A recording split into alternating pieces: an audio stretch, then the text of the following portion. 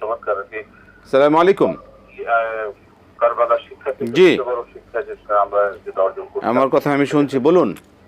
মানে নেতৃত্ব। জি, প্রশ্ন বলবো এখন। জি জি, আসসালামু আলাইকুম, বলুন কি প্রশ্ন। ওয়ালাইকুম আসসালাম। বলুন কি প্রশ্ন আপনার। আমার দুইটা প্রশ্ন ছিল। জি, বলে ফেলুন। এক নম্বর প্রশ্ন হচ্ছে, আমাদের সমাজে বিয়ে এভাবে পড়ানো হয়, যেমন মহারণা 10,000 টাকা ধার্য করিয়া অমুকের মেয়েকে অমুকের ছেলের সাথে সম্পূর্ণ মহারণা 10,000 টাকা পরিশোধ করিয়া কোনো বাকি না রাখিয়া বিয়ে পড়ানো হয়। মহারণা মুখে 10,000 উল্লেখ করে, কিন্তু কাবিন বা রেজিস্টার খাতায় 10,000 টাকা লিখে না, সেখানে 1 অথবা 2 লক্ষ টাকা লিখে রাখে এবং বলে যে মহারণা এই 10,000 টাকায় কাবিন হচ্ছে 1 লাখ অথবা 2 লক্ষ টাকা। তাহলে আসলে কোনটা মহারণা হবে? মুখে বলা এটাই হবে 10,000 টাকায় মহারণা হবে, নাকি কাবিনে যে লিখিত 1-2 লাখ টাকা ওটাই মহারণা হবে? এটা কোথায় করে, কোন দেশে? এটা কোন অঞ্চলে? এটা আপনি কোন জায়গার কথা বলছেন?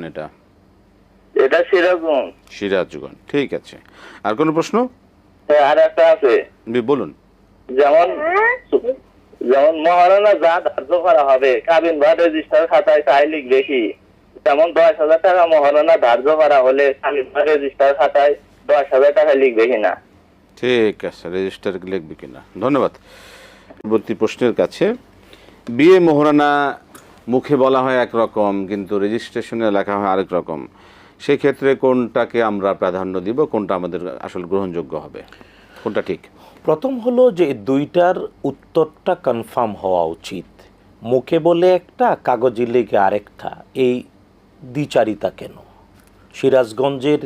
সিরাজগঞ্জের কোন এলাকায় আমরা প্রশাসন অথবা বাংলাদেশের রেজিস্ট্রার, যিনি জেলা রেজিস্ট্রার আছেন এবং জেলা রেজিস্ট্রারের অধীনে সাব রেজিস্ট্রার আছেন, শুধু তাই না, বিবাহ তালাক রেজিস্ট্রেশনের জন্য দায়িত্বপ্রাপ্ত কাজী সাহেবরা রয়েছেন আইন মন্ত্রণালয়ের অধীনে। আমরা তাদের সবার দৃষ্টি আকর্ষণ করছি, কেন এমনটা হবে? মুখে বলবে একটা, কাগজে লিখবে আরেকটা, তাইলে তো কোনটা সত্য কোনটা মিথ্যা? কারণ আমরা তো এটাই বলি, মুখে যা হবে কাগজে তাই লিখবে। ওই মানে যখন বিয়ে হয়েছে তখন মনে রেজিস্ট্রেশনটা করেননি, পরবর্তীতে করেছে, তাদের ইচ্ছা মতো তারা করে নিয়েছে।